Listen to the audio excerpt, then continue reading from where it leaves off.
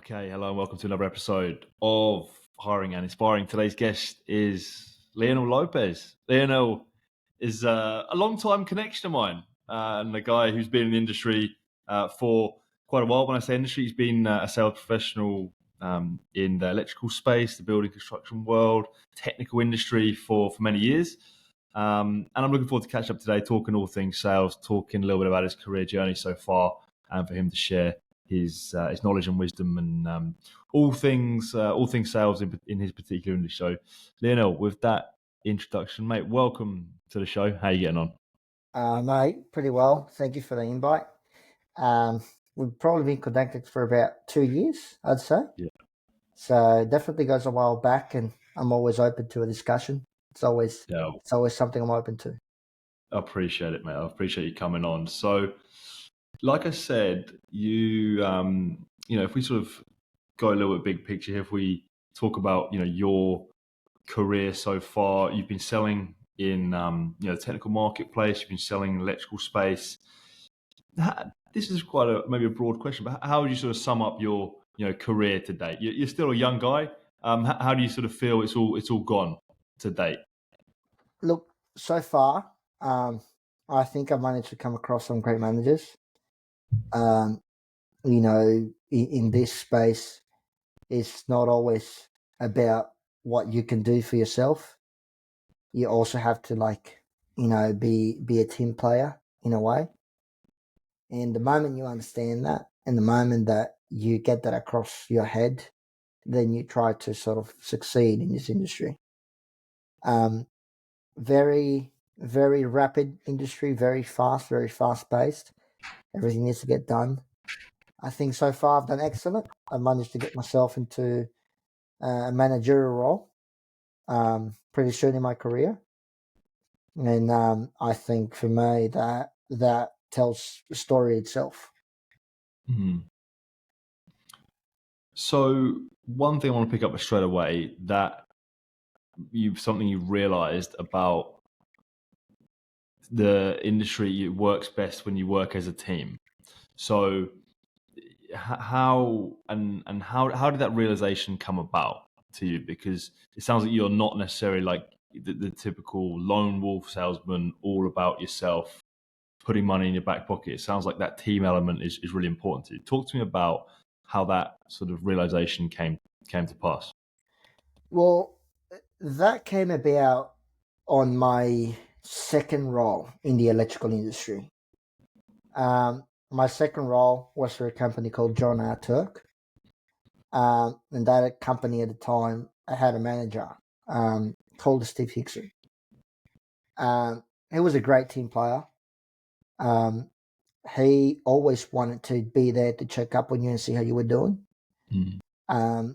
But he showed me something that I don't think any other manager has been close to showing me or wanted to sort of show me, or maybe that's just not the way to do things.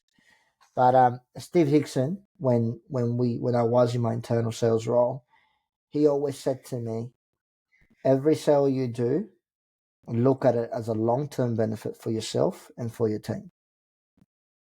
And that made me wonder. And I said, look, like, what's that got to do with it? Like, my name is on it. I've done it. And as an internal sales, I wanted that pride.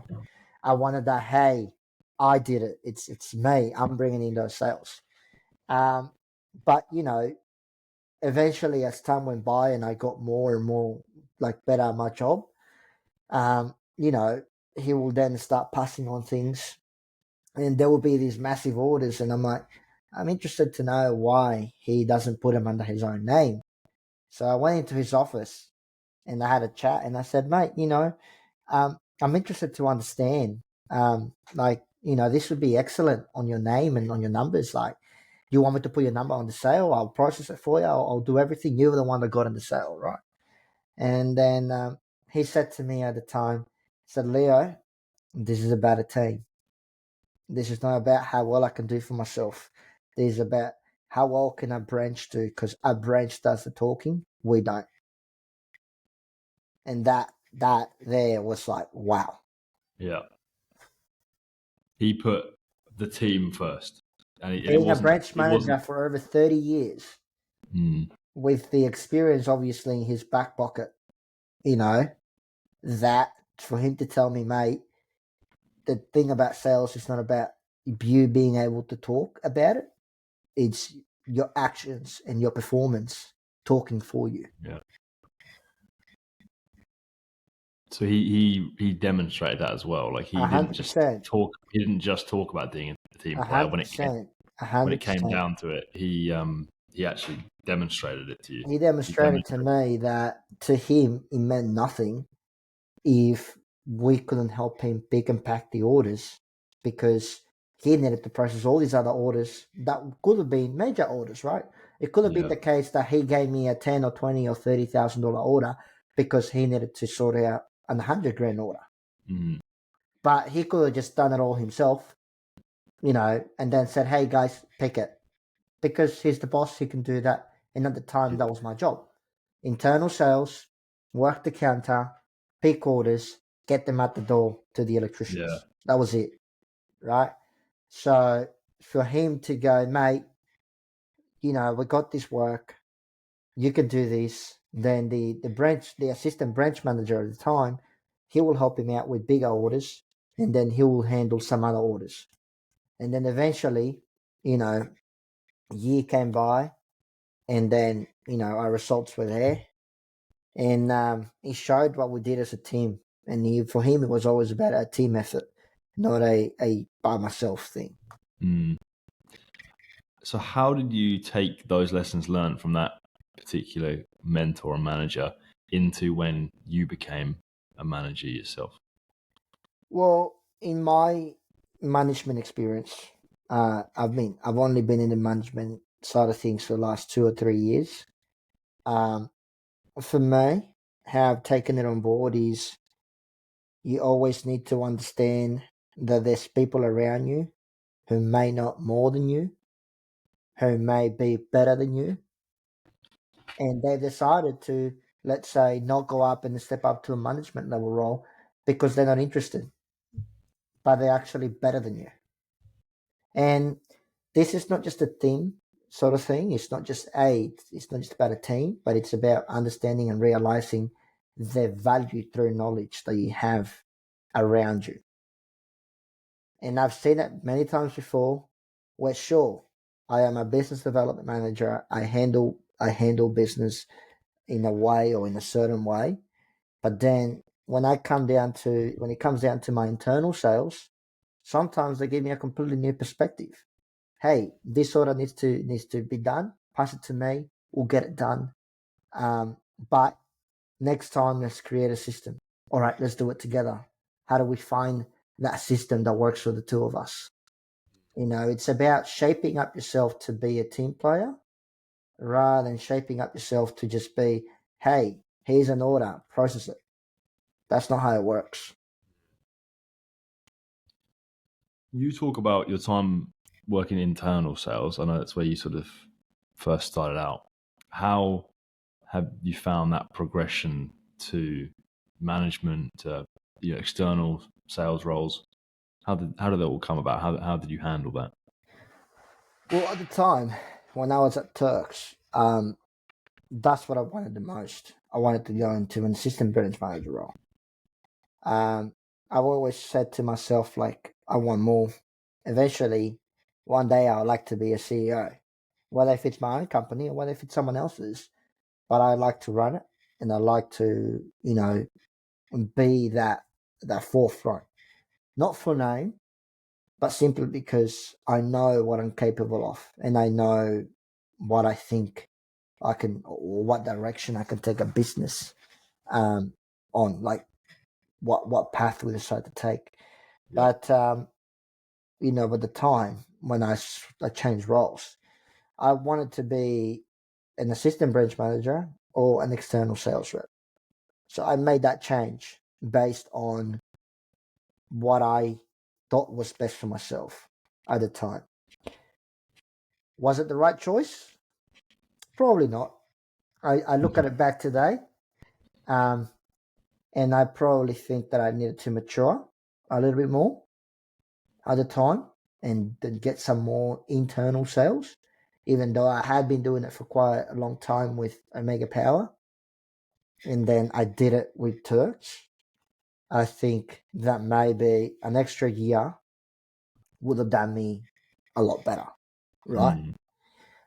Because when I jumped into the new role, I got thrown in the deep end. And it was hard to get out of the deep end. It was hard. It was hard at the time. What would you have done differently then? Probably would have waited that year. I probably would have waited that year. But with different circumstances, there comes different solutions. And my circumstances changed rapidly when I went from internal sales to an external BDM. And I went to be an external BDM for a company who hadn't had a BDM for months and wasn't very well known in the market. So for me, the way that I did things in that company is I used all of my known connections. I used to work for Turks, so I approached the managers at Turks, and I said, "Hey, mate, would you like to carry this product that we can help you out with? Tell us how we can help you. Tell us what we can do for you. Tell us what is it that we can actually service you that the other guys might not be servicing you with." And eventually in my first quarter, this is like my first month and a half, I was suffering for sales. And then I said, we're going to talk to all of the managers and we're going to talk to pretty much like everyone who's in charge. And if they don't want to like help us out, maybe we could talk to one of the regionals. And luckily enough, I got the help of a lot of the managers that I had relationships with. Because as you know, or maybe you don't know, but John R. Turk is a group of branches, right? So it's 22 branches within Sydney. Plus they have the Rexall division, which is another bunch of, I think, 11 or 12 branches. So with 33 branches at hand, I used my connections with all of the managers. And I said, mate, remember me, Leo from John R. Turk's Bankstown? I'm moving on to this company. This is what I'm doing. Would you like to give us a hand? And pretty much sales started ramping up. And within my first quarter, I hit target. And that was like the best feeling. The fact that I was I was thrown in the deep end within the first 6 weeks, I was like, what am I doing? And then in the first quarter, I hit budget. Second quarter, I hit budget.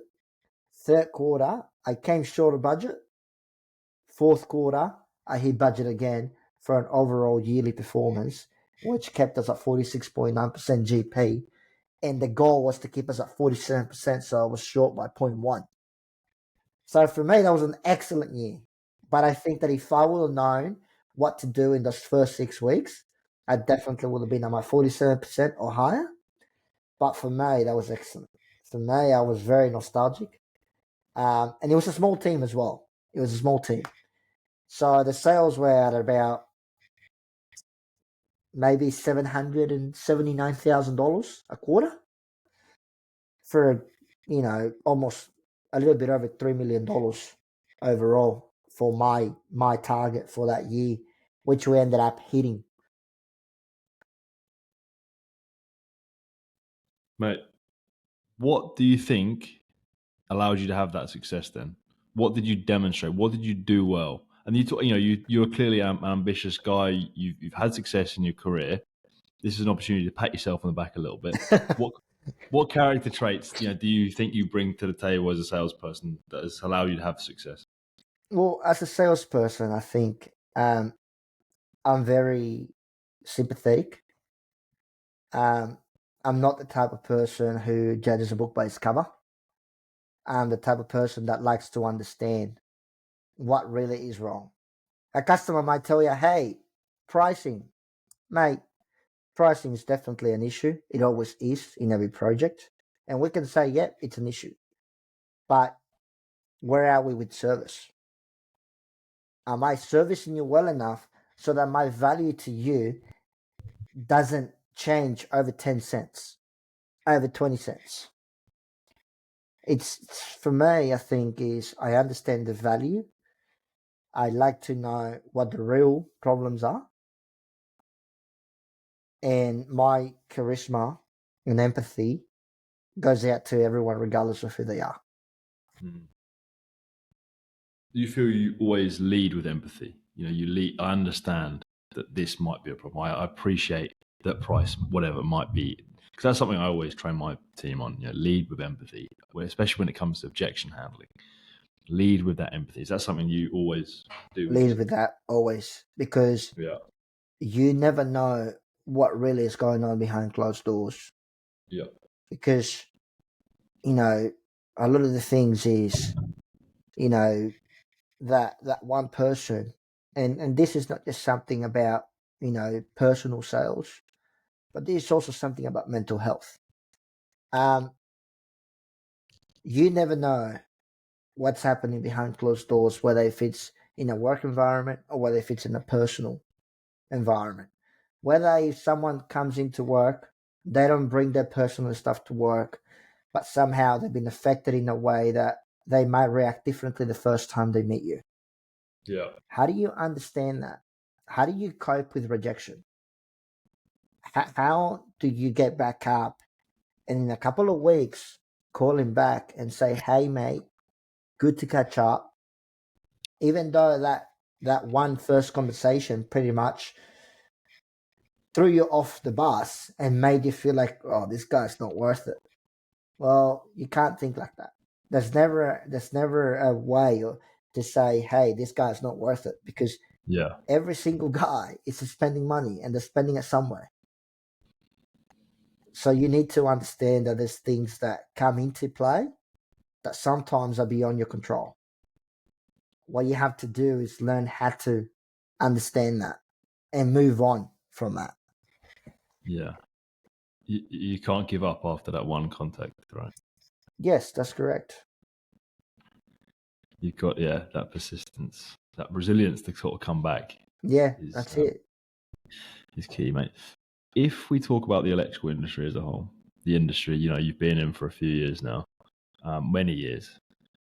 What is it about the industry that keeps you coming back for more?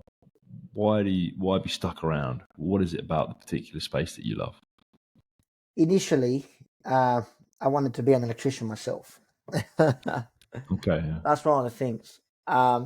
So one thing that is not on my resume, and that probably not many people know, um, prior to me starting out in internal sales, I had maybe a year stint um, with a contractor whom I worked for, and pretty much throughout my period, I got injured with an ACL. So I had a full knee ACL and rupture, and I also had to get a knee reconstruction done. And this was because I had a motorbike accident, because I ride motorbikes since I was probably 12. Um, so when that happened, that obviously, bummed me out. Um, and I went from someone who wanted to be an electrician so bad to someone who couldn't even crawl into tighter spaces. I couldn't go on the roof. I couldn't do the normal things that the apprentices do, right? Yeah. So eventually came a time that I said to my boss, hey, look, I'm sorry about things that aren't working out. If I'm going to be doing desk duties here, I might as well be doing them somewhere where I can get forward and move forward rather than just being someone in admin, So I said, I think it's best for me to just move and understand that I got to give these up because I'm not going to get well within the next year. It's going to take me a while to get back. And in fact, it took me about a year and a half in total to get back. So it was a good decision. It was a decision that I made at the time, which, at the time it hurt me a lot because I really wanted to be a Sparky. Um, but throughout the time, I don't regret it. And I don't regret it because dealing with the Sparkies day to day is different. It's not the same every day. Yeah. You know, one day is a switchboard, another day you're talking about EV chargers, the following day you're talking about solar, then you're talking back again about DBs and, you know, what type of projects you can take on. Are they new projects? Are they government projects? Are you working in rail? Are you working in the metro? You know, who are your main contractors? Do you deal with the likes of Heyday, CPV, UGL, Ventia? Who is it that you're talking to? That is always different. It's not the same every day. It's always different. Yeah. So when you're asking those questions, it sounds like you genuinely you're curious about it. Yeah, Like definitely. you're interested, you're passionate about that industry, which sounds like that's helped you have the success you have.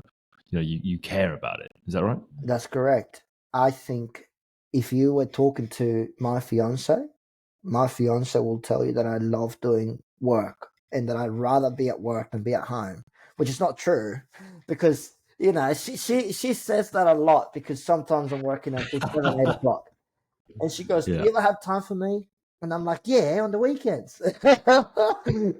Yeah. That's me. I'm the type of guy that you call at 9 o'clock and you go, "Hey, mate, I forgot about something. Just reminder for tomorrow." No worries, easy done. Because I actually appreciate my customers. I don't think there has ever been a Monday where I've gone to work upset. And if it has been, it's probably because of some serious issues that happened over the weekend. But it hasn't been because of my work. Where does that come from? That drive, to be, that love for working Look, and that desire to go to do well and succeed. I think it comes from me wanting to be a Sparky. Um, and, you know, not just wanting to be a Sparky, but, you know, dealing with the Sparkies now, I just understand a lot more and they understand me. And the relationship with my guys and like the guys that I deal with, like I had a guy call me today at 6 o'clock and he goes, "Hey mate, how are ya? Nothing for business. Just wanted to see how you doing, bro." And I'm like, when do you have customers call you at 6 o'clock to see how you doing? I'm like, bro, like the relationship we've created, and I've been dealing with these guys for maybe a year, Yeah. which means like, okay, a year it's a long time in some eyes, but in the electrical industry, that's not long at all. No. I've been dealing with guys for 6 years, 7 years since I started, Yeah. right? And they're the type of guys that tell me, "Hey mate, you want to come over for a barbie on the weekend?" I got kids now, right? So a lot of my contractors, whenever they have their kids' birthdays and things like that, they invite me over. And I invite them over whenever we got barbecues. To be able to call my customers and some of my customers my mates, Yeah. it's also very important. It's also something that drives me because I don't feel like, hey, I'm doing extra for someone who doesn't recognize what I do or doesn't care about what I do. I'm doing something extra to help out someone who I actually believe will do really well and who I actually believe will drive on business in the future. And I'm not doing it just to get the sale, but I'm actually doing it because I genuinely want to help this person. Have you seen people fail in your industry so what you've just said there about you genuinely care about wanting them to succeed and you care about the relationship and you invest time, effort, and they do the same to you. Have you seen people fail because they haven't done that? Like they've just seen Mr. Client as someone who will help them hit their target rather than an actual person in the industry. Do you know what I'm getting at? Have you seen that? I'll be honest, firsthand, I haven't, Hmm. but that's not to say that I haven't seen guys who have taken on huge amounts of work Yeah. completely lose it all. Now, what I mean is, no, I haven't seen someone be let go or completely fail, but I have seen people lose $3 million worth of business because they didn't care enough. Because all they care about was A, get me the order and I'll get it from point A to B, goodbye. I've seen that happen I haven't seen actually firsthand someone completely fail because they didn't care about it. Yeah. But I have seen people lose hundreds and thousands, if not millions of dollars because they didn't care enough, because they didn't chase the people enough, because they genuinely didn't think that this was a genuine good customer. To me, every customer is a good customer, whether if you give me $1 order or whether if you give me $1 million in orders. And in my market where I'm dealing with, I've got contractors who just go, Leo, here, here's a 200 grand order. I'm like, oh, what did I do for that? Oh, mate, you did really well pricing me up. You called me back whenever I needed to. You answered the phone whenever I needed you to. And when I asked you for all the data sheets, you organized all the data sheets to be sent through to me. Yeah. And I'm like, okay, that was easy. And then from then, we build more and more relationships. And some of these customers have been the case that I don't even know them. They just call me up and say, hey, mate, I'm actually quite upset with my current wholesaler. Can we have a chat? All right, easy. Let's go have a coffee. Let's catch up. Let's see what we do for you. Yeah. And eventually we just grow this relationship. Yeah. But it takes time, I guess. Oh, yeah, for sure. You said like it's easy, but it's not easy. You like you said, you've answered the call every time. You followed up when he said like that takes that persistence.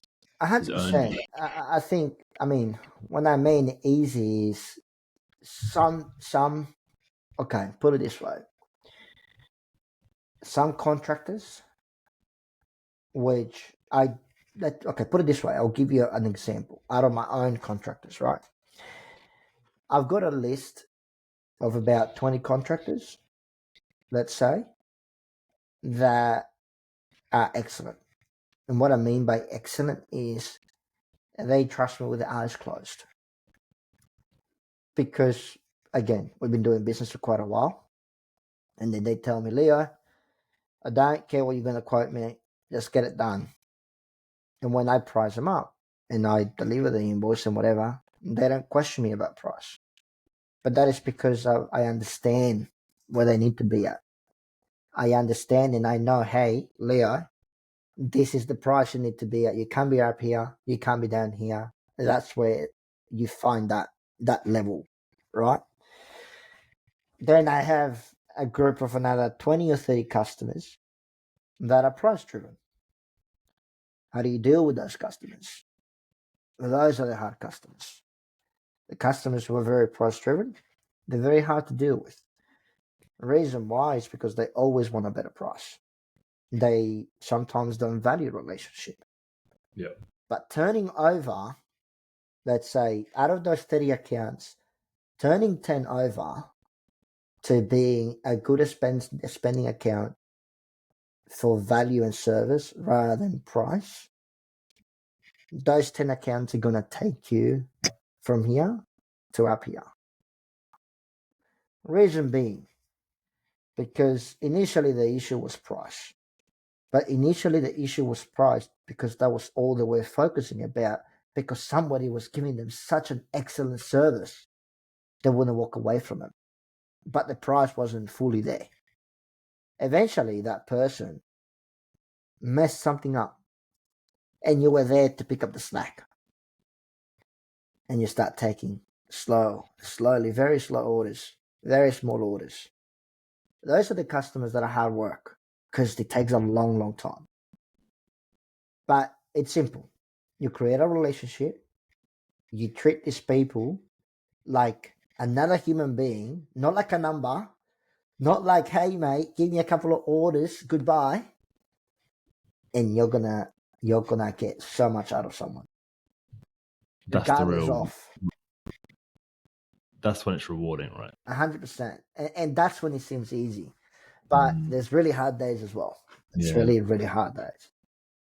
One final question for you, mate. Why do you do what you do? And why do you get out of bed in the morning and do this job and work in this industry? What the success you've had, what does success mean to you? And that can be, personal as well, professional. What does success mean to you in your life, your career? You mentioned, you've got kids, that kind of thing. Why do you do what you do? Look, anyone will say for personal gain, personal gain comes with it. Of course, it's a rewarding job, 100%. And that's part of it. Why I do what I do is because I'm very satisfied with seeing my customers grow and succeed and take me along for the ride. I have had customers that have grown from maybe doing 100 grand a year to going to the $500,000 mark, and then eventually moving up and up and up. And I'm going, what? Where did you get there?